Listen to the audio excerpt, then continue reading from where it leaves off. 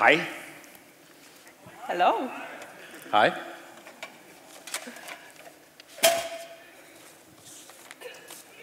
Righty. Trust. See, if any of you remember the American banknotes, they say, "In God we trust." We trust government, we trust systems, family, friends. But since 2009, we have had a technology that allows one to operate with confidence in what is basically a Wild West trust no one zone called the internet. This, of course, is the blockchain technology, which is at the core of what we will cover in this talk. The guy before stole my lines, so, so we got that covered. But basically, I would like you to tell the audience who you are and what you do, and what got you into this mess. Deborah. Oh, hello everyone, and it's a real pleasure to be here. We've just come over from New Zealand, arrived 3 days ago. So my background was I initially did an engineering degree, and I worked then in telecom in New Zealand. This was in 1990, and that era of the digitization of communications. And a few years after that, I went on my OE, which all New Zealanders have to do. And towards the end of that period, I found myself in southern Colorado on an 11-day nature retreat. And I spent 7 days on a solo, just myself and the trees and the animals. And it was life-changing on many levels. But out of that, I came away really committed to business as a vehicle for good in the world. And as a result, I've been a technology entrepreneur ever since. My first main business was in mobile marketing, text messaging. You might remember back in the days of wallpapers, premium SMS, before smartphones. So that was really where I cut my teeth on business. We managed to sell that business in 2014. And then in the last couple of years, I found myself involved in anti-money laundering compliance. You might wonder how one goes from mobile marketing to anti-money laundering compliance, but for me, I'm very much subject matter agnostic, and I'm very much interested in the application of technology. So that last couple of years has taken me on the journey of machine learning, AI, and blockchain, and that's really what brings me here today. And we're glad to have you. Thank you for joining us. Thank you. Yeah. Give her a hand. Please.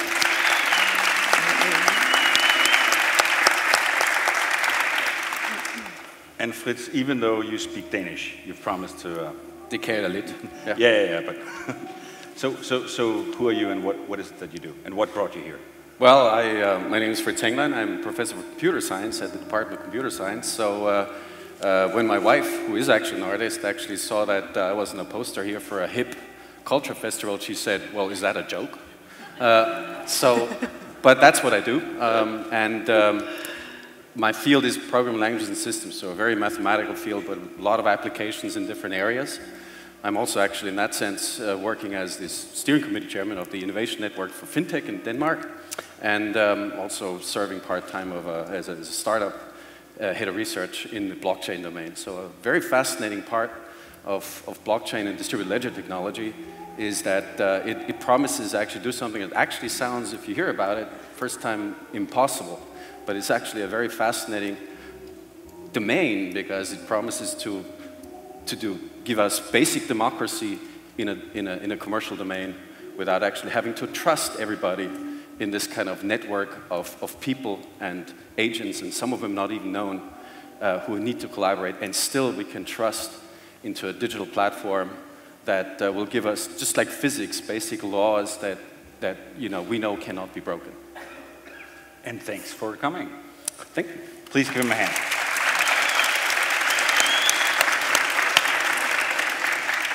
Just a bit of housekeeping to the sound people. It's very difficult to hear on the stage. I hope, can you hear us fine? Okay. Okay, good. If I ask questions that seem silly, it's because I think it's sort of a ringing in here. Anyway, might just be in my head. No, anyway, so now it's your turn, right? We get to know you, so there should be a microphone that we pass around and we'll really get cozy. No, one thing I'm curious about, and of course, for a lot of reasons, talking about what you have in your possession can be perilous. So I'll phrase the question like this. If you know of someone, that could be you or your neighbor or a close friend or girlfriend or boyfriend or whatever, but if you know of someone who currently holds cryptocurrency in their possession, please raise your hand. Most of you. It's just a fad, it will pass, don't worry about it. And who's been in it for more than 2 years? Or know of someone? No, this is not you. Okay. Interesting. Yeah. What do you guys think about that? Well, to me, from here, it looked like there was a rather large percentage of newcomers into this space. So you mean personal ownership or of? Well, I have no zero cryptocurrency. No, I wasn't. Yeah. I wasn't going to ask you or who you know. No, what do you think about the? Well, to rephrase it, there has been a gold rush, right? No, but what do you? What is your take on that? Seemingly, so many people are relative newcomers into this space among the audience. Yeah, I think it speaks to the, how we're really in early days of what the blockchain is about. Even though we've had Bitcoin now since 2008, these last, the first few years were very much the domain of the developers and the very early adopters, and in many cases, not always the most honest of characters. But what we've had in the last couple of years is a lot more mainstream media putting its attention into cryptocurrencies, and by virtue of that, people have now become more informed and want a piece of the action, right? So I think that's really what was reflected here. We probably had 2/3 of the audience put up their hands in terms of knowing or having their own crypto, but 2 years ago, I think I saw about 5 hands. So, yeah. Well, maybe let me be the bad cop here then. We're definitely observing actually very fascinating development, but much of it focused, unfortunately, on cryptocurrencies that are very volatile.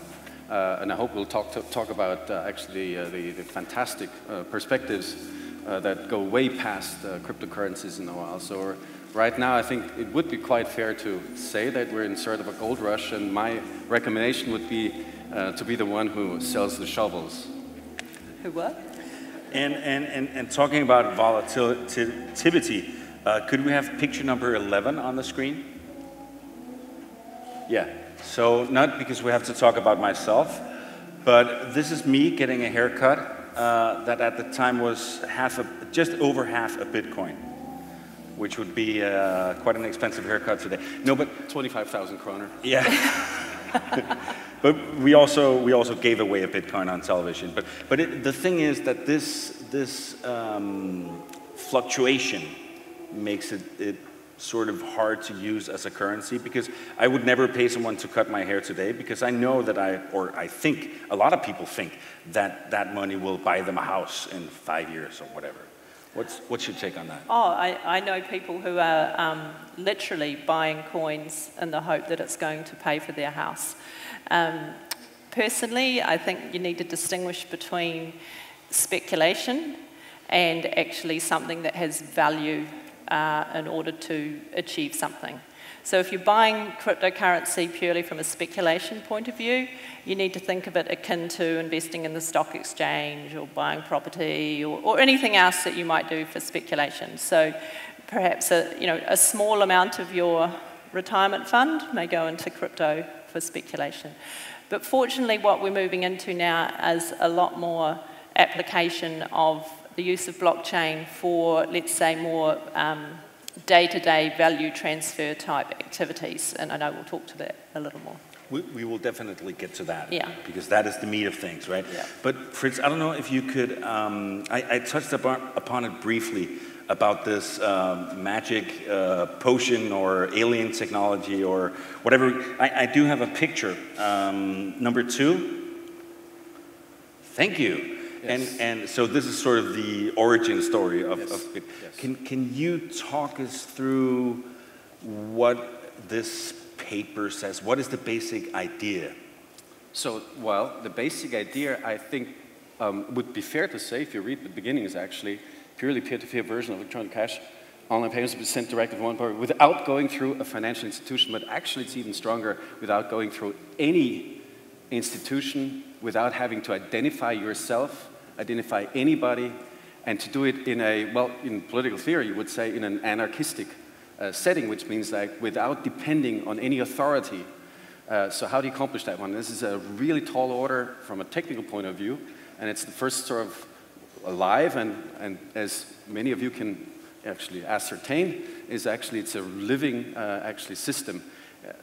So what it does is it briefly, it makes it possible to, instead of, you could say, not trust anyone, what you actually have to do is trust everyone, or the collection of all the people out there, and you don't even know them. So how you do that? You make sure that the people out there actually have replicated all the information. So it's just like, imagine you do your bookkeeping, and instead of just keeping it in your private drawers, you show it to everybody, and they take all of them copies. So all the bookkeeping for all the people then, of all the transfers, they're completely publicly available. So it's difficult for somebody to just walk off and change a line in it, because there's going to be thousands and millions of people who will say, wait a minute, that's not on my copy. And the second part is, and that's the very hard problem, is how do you make sure you make an update to it, you know? Because who's got the right to add a new line in your bookkeeping book as it's 100,000 copies of it? And there's no master copy, remember? You know, the idea is not like, you know, you go to, you know, tinglysning and say, this is the master copy. There's only copies. So what you do is actually you have a very complicated and very, very heavy protocol for actually where people can elect themselves. That's one way of thinking of it. It's like, I'm the one who's got the right to do that. And the way you do it is you actually participate in a lottery where you demonstrate you spend an enormous amount of energy and in order to get the winning ticket. And then you show it to the other people and say, I got the winning ticket, and that's the reason I am allowed to actually add the new transactions to that public ledger, and everybody copies it then. You could say, what if people don't copy it because they want to cheat? Well, the whole idea is that sufficiently many people copy it, and so that the majority of those people who participate in this game, that's called mining, actually you know, end up in a state that most of us then trust. So what you're describing is the basic technology that allows all of us to have a common database that everyone can write to, everyone can read everything in the database, but no one can alter after the fact. Yes. And that is very, it takes a lot of energy, but we'll get back to that. But I'd like to for a moment, if we can... Let me just mention, sure. That is the classical, you just point to, this is the classical Bitcoin design. I'm saying classical because, as Deborah mentioned before, this is the Web 1.0 version of distributed ledgers or of blockchain. Mm-hmm. And there's a lot of other designs, just like nobody here is using Web 1.0 anymore in your browser. When you use your browser, you use a lot of stuff and a lot of functionality that's very different from the first browsers you used. So there's a lot more applications and systems and other ways of doing this one that are very, very interesting in this space, and I hope we'll touch upon we will those, absolutely, because what I was hoping to hear from you now is, if you don't look at the state of things today, but sort of, you know, put your eyes on infinity and imagine a utopia where this technology eventually might take us. What could that be like? The happy world. Yeah, happy world. In my world, it's no, but a what happy do you think that this technology, in its core, what is it offering us as humans? Yeah, well, from my perspective, what the essence of blockchain, and recognizing that we're in the early stages of it, but it's enabling what I call belief in a promise at a technological level, okay, which we haven't been able to do that before. And when I was considering this, I found this beautiful Irish proverb, and it says, when mistrust comes in, love goes out. And you might wonder what that has to do with blockchain, but I really do believe that this technology has the ability to reverse that trend. And when you think about where we're at the moment, in terms of our Facebooks, our Cambridge Analytica, Amazon, all the big corporations, when you think about governments and what's happening, you know, all over the world, some of our governments, I mean, here we are, New Zealand and Denmark, ironically, probably the most trusted nations on earth at the moment and one of the happiest communities that we've got. But that's not the reality for many, many people, right? You know, a lot of governments are corrupt. But the blockchain and the ability to now have immutable records in a public domain, it makes it so much harder to hide, all right? So I really do believe that that blockchain is going to enable us to just reduce those areas that we have in our lives where there is mistrust, and therefore, in my world, increases the happiness, increases the love, right? That's the utopia, right? Yeah. It almost sounds like you're selling something. We'll get to that. Well, why not? Selling happiness, what could go wrong? So Fritz, what about you? What is your...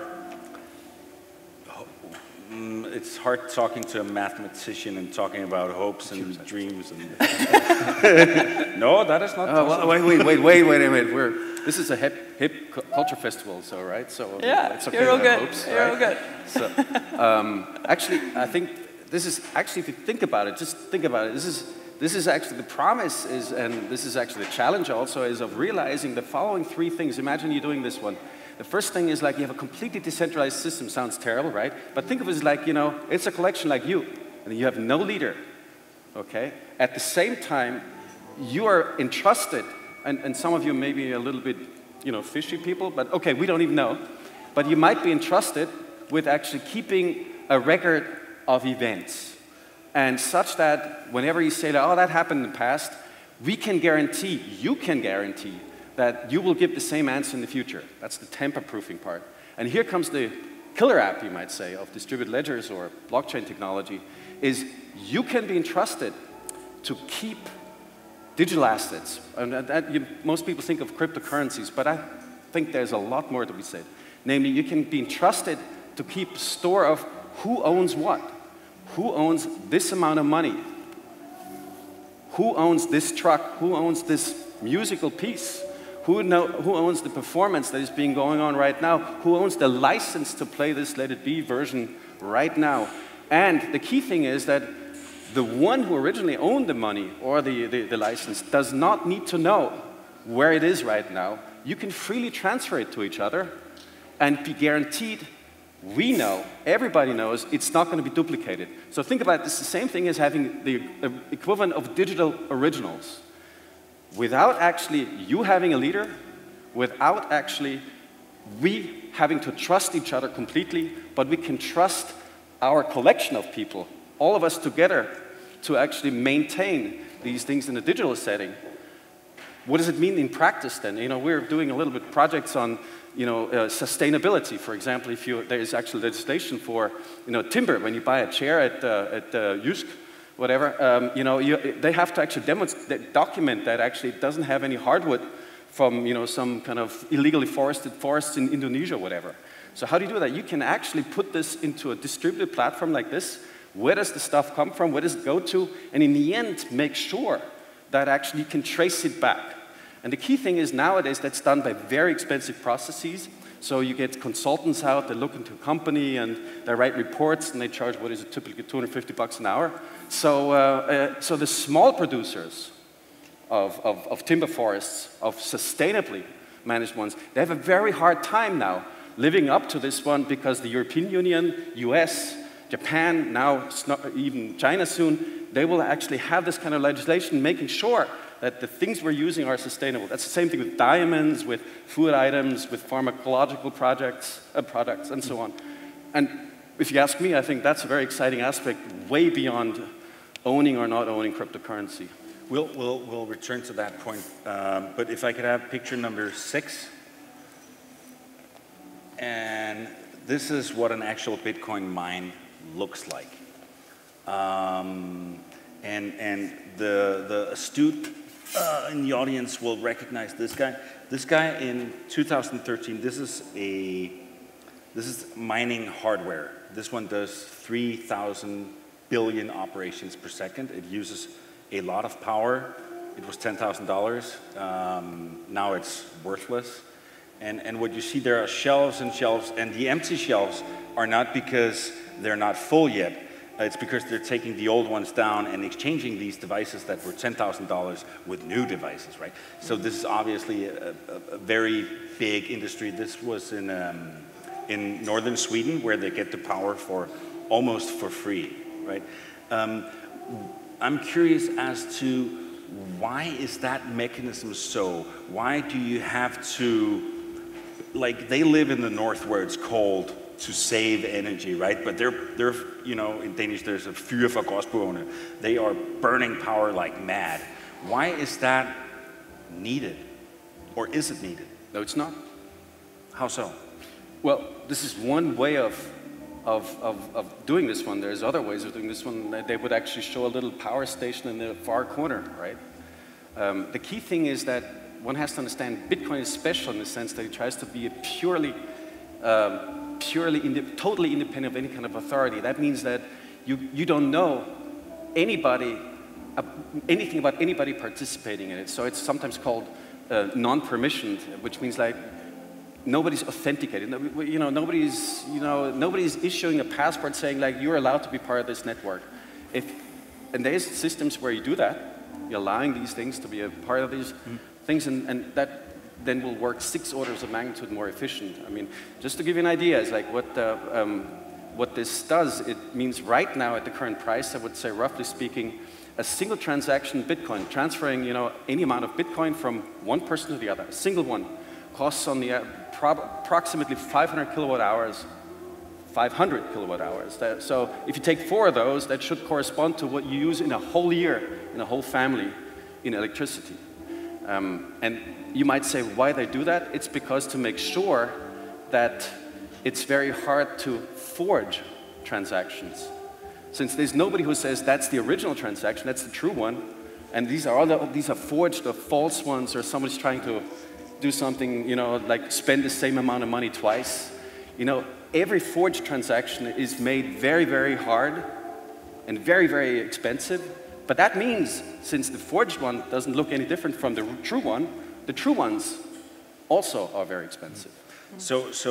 Can I just add to that? So it's interesting, I look at this and it reminds me of a telecom exchange back in the 1990s. Floors and floors and floors of equipment, and now, you know, it's literally the same amount of power is done in probably an iPhone actually. But it's also just indicative of the evolution that this technology is going through, right? So what Fritz was just talking about was that whole key thing about the security and things not being able to be forged. What was the word you used? Forged. Fraud, basically. You want the surety that blockchain is immutable. So what's happening now is things are evolving. They call it a consensus algorithm. And the nature of that is evolving and moving on. And so there are new consensus algorithms now available, which mean we don't need these types of mining, right? So they now have new terms, which has escaped me right at this point in time.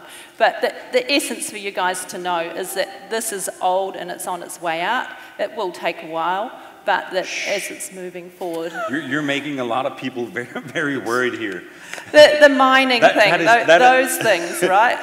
That, you know, this whole, because it's having a huge impact on the environment, right? I mean, it's the whole CO2 thing, climate change. This is not equivalent with where we want to be heading from a climate change point of view. And so the key takeaway, though, is that this is moving on. This is not indicative of blockchain in terms of where it's moving to. So that's really the key thing I want you to take away.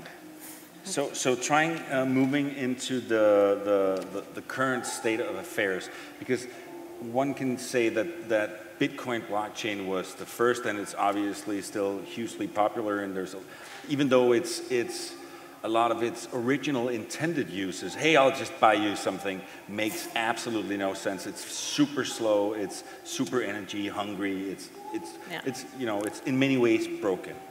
But then if we can have slide number 10, because sort of the next big one to follow on Bitcoin blockchain was Ethereum, made by this guy Vitalik, or he's like the main, and as they describe it themselves, a blockchain app platform. So where we used to have a database with only very limited amounts of data actually going in, this is a completely different game, right? Can you talk us through how that machine works? What's the basic concept of it? So Ethereum is not unlike Bitcoin, but Bitcoin you can think of as like, this is the record keeping, and you can only add one. I mean, you Nikolai, or you Deborah, or I'm sitting at the terminal, I'm trying to add one transaction. But now you can, in Ethereum, what you can do is, it's also a network of computers, and you know, just like the internet, if you think about it, anybody can join really, and participate in this one. But what you can do is you can install programs, okay?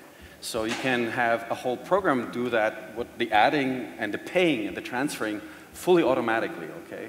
So this is what's sometimes called, it's just really programs, but it's not as sexy as calling it smart contract. As you can hear, you get more startup funding by using that term. But so what the key difference is that, as we've mentioned before, it's a computer, it's a world computer sometimes called, it's very distributed and so on, but it can not only store data, just like, you know, your information where you're living or not living, or, you know, I don't know, some product information, but also it stores money. Okay, so, and it has the guarantee, it's called Ether, that's the native currency in Ethereum, so it stores money. And now you can have programs installed that automatically make payments in Ether. And Ether is really, I don't know what the, presently $90 Ether or something like this, I don't know. I mean, so it's real money, okay. Now you have a program running on that one that can automatically, and you can't stop it. This is the other thing, it's like, it's excellent. Think about it, you have a program running and you can't stop it. So just imagine you have a PC at home, program gets started, and you could say, like, yeah, let's pull the plug. Yeah. Or like, you know, you can't do that. But that money might actually transfer money out of your bank account Slide 27, every day, please. and that happens actually, yes. Can we have 27? Because this, slide number 27, please. Thank you. So this is, I accidentally killed that guy. A guy who describes him, because you have this, basically, this machine holding the power of currency. And he goes, and like all software, like a lot of software is imperfect, and imperfectness in this space is potentially very expensive. This is 300 million in cryptocurrency. Someone just like, oops. It's not the first one, it won't be the last one, so yeah. But in terms of what this technology has enabled and what are we seeing in actual day-to-day appliances of it, how is it used? So there's a new application being developed in New Zealand that's my favourite at the moment, called Choice, and it's changing the nature of how we do payments. So you can now actually use the Choice token to pay for your coffee, or, you know, it's designed for small-scale transactions, and it's an alternative to the existing credit card system. And the value to the vendor is that the transaction fees are less than what they'd be paying the traditional financial system. And not only that, they then actually return a part of that transaction fee to you as the consumer, but you don't get to put it in your pocket, but you get a choice as to what charity you would like to donate that to. And that's actually the prototype of that is live already. And I think that's just a wonderful example of where this is going. And not only is it enabling you to donate to a charity, which could be as simple as a local community charity, or it could be a nature fund, or it might be an extension to the local hospital. I mean, you know, the thoughts there are endless. But they're also putting in a means to then measure the impact of those donations. So they're actually creating let's call it a society impact measurement tool as well. So that's an example to me how things are really changing in ways that we just wouldn't have thought of 5 years ago.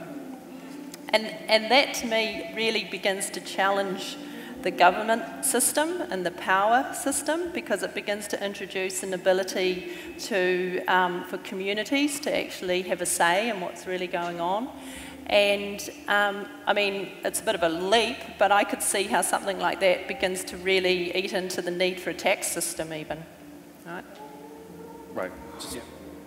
As you said, you can I mean, some of the cryptocurrencies that probably have, maybe you've known, actually they live as contracts, smart contracts on this platform, Ethereum platform. So this is a way of basically also programming money. So in practical terms, the things that you can think of now is possible is like having the equivalent of cash, just like you would have on you, but you can program it. What does it mean? So you could do things like, for example, when you're here at the festival, saying like, you know, that kind of money I have on me can only be spent the next couple of days here, and only at a rate of, which might be good for teenagers, 200 kroner an hour, right? So, I don't know, just coming up with these things, I don't know. Somebody else might have kids too, so. But that's one thing, you know, if you don't like this one, you don't have to go to development, you know, to a bank or whatever. You could have a local policy, you yourself, your own programmed money, or maybe actually the Heartland Festival actually helps you actually do this, you know, subscribe to this one.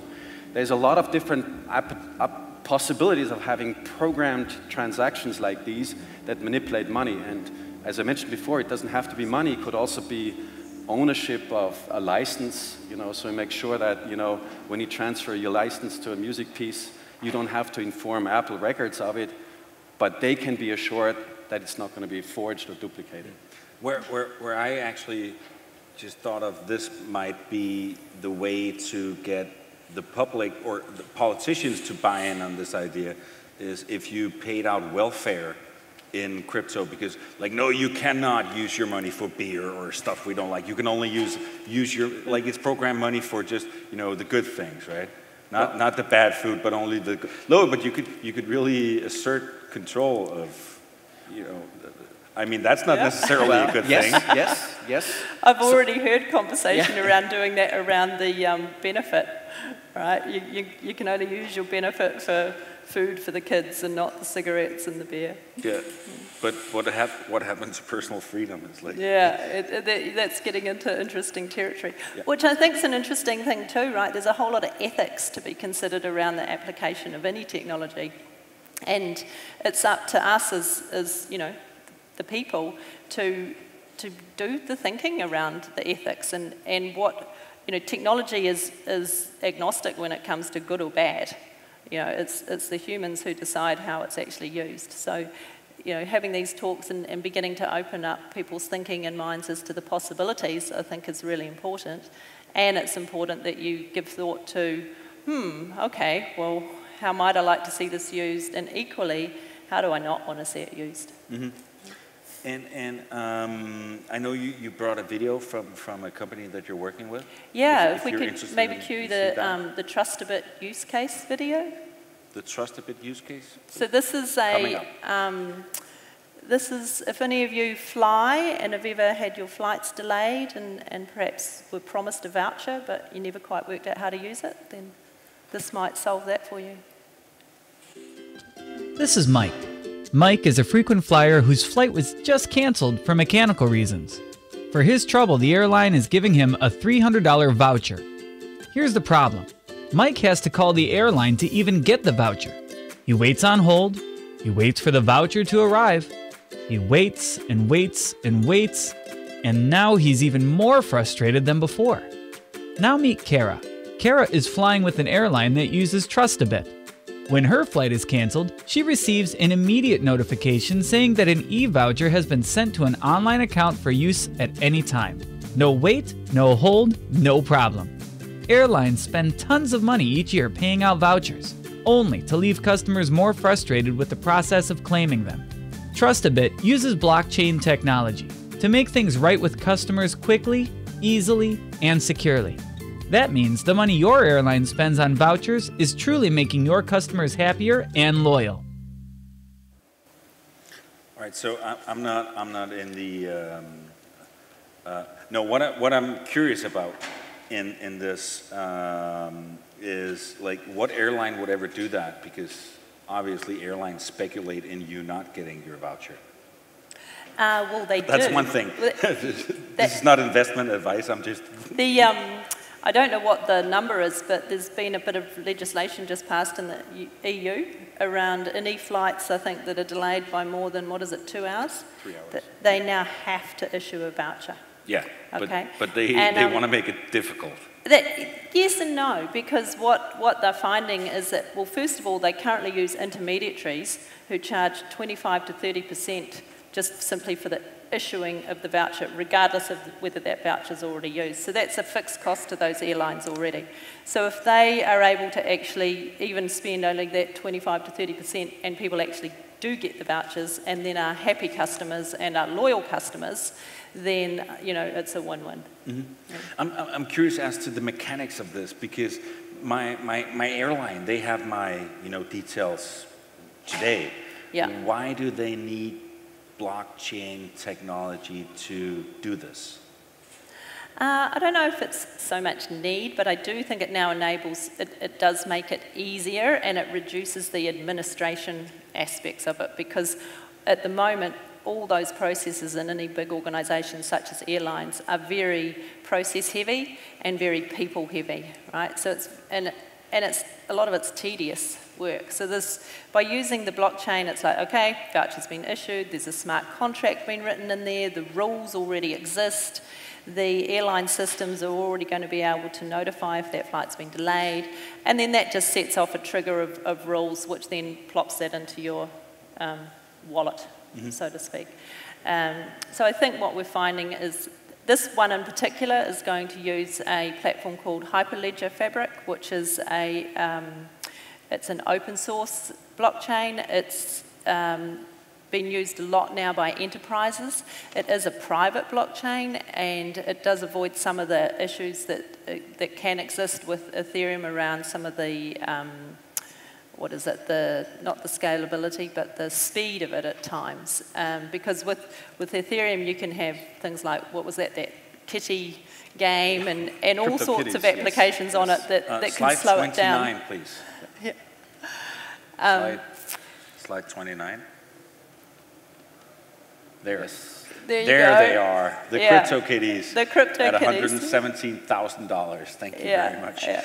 But things like this can really grind a network to a halt. So that's not so good if you're wanting to run a commercial application, right? So that's just segues into that there are other platforms now emerging that I guess are more industry specific. So for enterprises, there are things like Hyperledger Fabric and some of the you might have heard of the banking consortium, I think it's R3. They've been developing some of their own internal systems. Now you begin to sort of slip down that slippery slope though, back to now you've got people who just simply want control and it's much more permissioned, and so you begin to lose some of the, let's say, the trust factors that live up this end of the spectrum. So it's definitely a scale and there's a trade-off, but there's certain applications where I think having a closed environment is totally okay. Slide 15, please. And this slide is sort of a reaction to okay, so there's a problem in the world and there's this new technology, we just sprinkle that on and it's fixed, Magic right? dust. But where we sort of need or end up here is you might need a public blockchain or a private blockchain. Can you talk us, what are the mechanics of and the differences in their abilities and what they do? So, I think I should start by saying, because we've talked about Bitcoin in the beginning and alluded to you mentioned a couple of other systems. So you got to think of those as actually being, they have the same kind of basic properties, like when you drive a vehicle, right? It's got pedal and, you drive it and steer it and brake and it looks actually, it's quite usable like that. But if you think about it, electric car looks very different once you open the hood from actually a large truck with a diesel engine in it, okay? Now, the key thing to remember is any one of those two is very complicated. So they're actually very challenging to build, and they're very different, okay? But once you sit inside, they look very similar, and that's the whole point. Coming back to this one. So needing, it's just like, when do you need a vehicle, right? Or to, a car, to pick up a beer in a refrigerator. You can probably drive there by car, but that's probably not a good idea. So some of those applications we've seen, they have this kind of atmosphere a little bit of like, why using a car, why using a blockchain system for solving this problem? So what this shows actually is that maybe just use a regular provider. You have a trusted provider of a database system, or you trust your IT provider. You trust, for example, a lot of Danes especially trust Facebook with anything about their private lives. So, this is, I make an explicit decision. Let's give all our information of trust in that sense to Facebook. And if that's the solution people want, that's a wonderful solution. It's a centralized system, essentially, right? It's got data centers, but it's basically a system that corresponds to this one, a traditional database system, okay?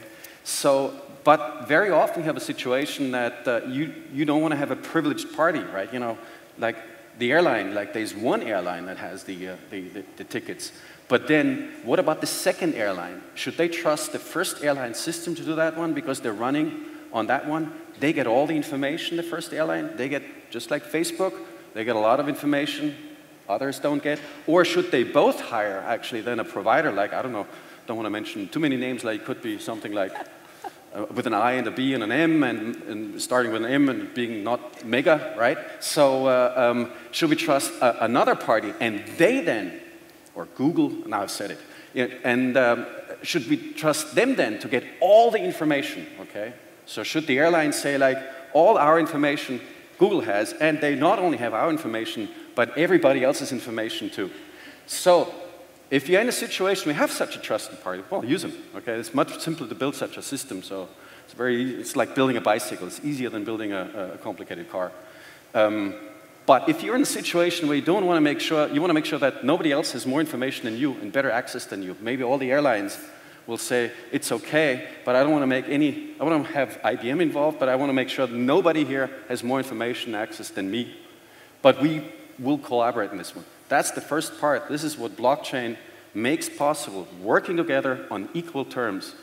It could be a club, it's like, this, just like you have an association, you don't let everybody in, but it could be completely open, like the internet. Anybody in the public can participate. There's differences in how you do these things, but that's the very first part up there. That's very important. So if you want to have a situation where you basically want equal terms for equality amongst the participants, and then the second parts, come after this one. So if immutability, not tampering is important, and if you want to make sure that, and if you want to make sure you need to store value in it, assets in it, okay, money, rights, and all these things, then you need a blockchain. If you have only 2 out of those 3, use a different system. I know they're going to be easier to build than a full blockchain system. There's one thing that I have been trying, because I do look at in this space, but I'm by no means fully aware of everything that's going on. But there's one thing I cannot wrap my head around, which is there are people making promises of this technology being able to, for instance, okay, so we have this product, to make sure that when this product reaches the consumer, it's not a fake, it's not a copy. Like, how do you go from a potato in the field to the computer? How do you, what are they talking about? Well, so, I'll let you sorry, start on that you one. just break in. I mean, you know a lot of these things, you work on these things. But that's a very good point. So what's missing in connecting the digital work, so right now we only have like blockchain systems, they guarantee certain things. Like, for example, they guarantee that if you have some money that's owned by A, and then it cannot be duplicated. Let me say like this.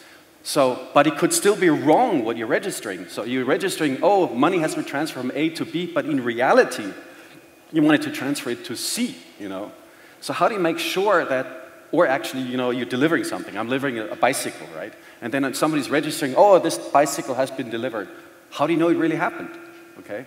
So you need actually an evidence framework, would be the noble, which means like a connecting way of, just like you do when you do, we're in a policeman, it's like you need evidence. So when you register something on the blockchain, you need evidence. I mean, you showed me this picture before. It's like, here's the evidence. This is my boat. It's a picture. It could be the DNA of, we mentioned this before, of trees as they get delivered. You know, that's the same tree that arrives when, you know, it arrives in Rotterdam. But it needs to have some kind of evidence that says this event that's registered is actually the one that happened in reality. This resource, this boat, that's registered digitally, is actually a physical boat that exists in the real world. So that's the connecting tissue. But then putting it all together, you can do in the digital world. We do have, can you play, video number 3, please? And this is a concrete example of, this is me, I've recorded a video, and I want to prove that it exists, the video. So I go to this site. You could do this back in the early days when Bitcoin wasn't so expensive. So I have a video, and instead of writing a physical contract where I hereby declare, we do a mathematical operation to it and upload it into the blockchain. And you could still do this, but again, as we touched upon, it's hugely ineffective. It's like, but it's still cheaper than paying the public when you mortgage your house. This is still cheaper, I'm just saying. We do have some time left. Is there anyone in the audience who wants to ask a question? Please raise your hand. Yes. So you briefly covered the subject of the mining, but I was just wondering, because I believe there is a limit of the maximum supply of circulating, let's say, Bitcoin, for instance. And when all Bitcoins has been mined, what would the role of miners be, and what will happen to transactions on the network of the Bitcoin blockchain, or any other token or currency? I don't do financial advice here, so this. No, I couldn't hear the question. Well, this is so. What happens when all Bitcoins have been mined? Okay, what would their contribution to the network be then? So the reason why it's called Bitcoin is because the author or authors of this paper want to make sure that you believe there's a finite amount of them out there, and basically gives you mathematical proof that there is a certain amount of Bitcoins. So, and there's this process we mentioned before, very expensive process. We saw the things of mining, which means like of finding them. And why would you do that? It's because you get them this way. But in the end, actually, right now, so this is to make trust, to give you the trust that people cannot in the future at some point just, give you inflation, right? It was like, I don't know, somebody came up with another 50 million Bitcoin, right? And that would devalue your trust now in Bitcoin. So in the future, actually, when you want to do transactions, you have to pay more transaction fees. Okay, so that's it. Because the income somebody gets is from both mining and transaction fees. And transaction fees are done by bidding. Hey, Nikolai, you want to transact this for me, and I'll pay this amount of Bitcoin for doing this one. And if he thinks that's too little, he won't do it. We're approaching our closing remarks. I would like you to, Fritz and Deborah, if you could briefly, but on a high level, how will this technology make the world better? Who wants to start? Well, I think it's already done great service in that it's opening up conversations around trust, right? So, in all my years in business, I haven't known us to have such open conversations around what trust and transparency means. And to see that happening now in the finance sector, in the, particularly when I was in the areas of anti-money laundering compliance, that in itself is a huge leap forward. And I think we're going to just now see more and more applications of this technology in the similar way that internet has evolved. You won't even know that blockchain's sitting underneath a lot of the things that you begin to do, right? Whether it's just the fact that now you no longer get a fraudulent ticket to your favourite performer, right? Which is a big issue. So those things where efficiency and effectiveness, removing friction from our lives, I think those are the things that we're going to begin to notice in the near future. And then, you know, I've got great hopes for what it might do going forward as far as, you know, reducing border issues, making immigration easier, improving financial inclusion. The list goes on. Fritz? Exactly. So keeping short is difficult for a professor, as you know, but we will be kicked out. So actually, I think this is a grand vision here that Deborah already talked about. So the idea of making it possible for people to interact with each other in full trust without having to pay expensive intermediaries, you know, for trading energy, buying it not only from your neighbor, but people you actually don't know next time over, and also selling them those things, making sure that you get paid correctly for that, not too much, not too little, for including actually the unbanked nowadays. It's very expensive to bank them right now, but making sure that they have a safe place to store their possessions, I mean their money, for example, for having mobility services, that's a very concrete thing, so that small parties can participate, not only a DSP and SAS, but also a bicycle or a scooter shop who wants to provide rentals and such that can be combined by others to combine it with services like a train ride and a plane ride and then a scooter ride in there, and you don't even have to ask permission of DSP or SAS or of some kind of authority in order to participate in this open market. Still a safe market in the sense where you can be sure your values can be stored and treated, and you'll get, and you can offer and participate in these things. Yeah. So, on that note, Fritz, Deborah, thank you very much for joining us. Give them a hand. Thank you. Thank you.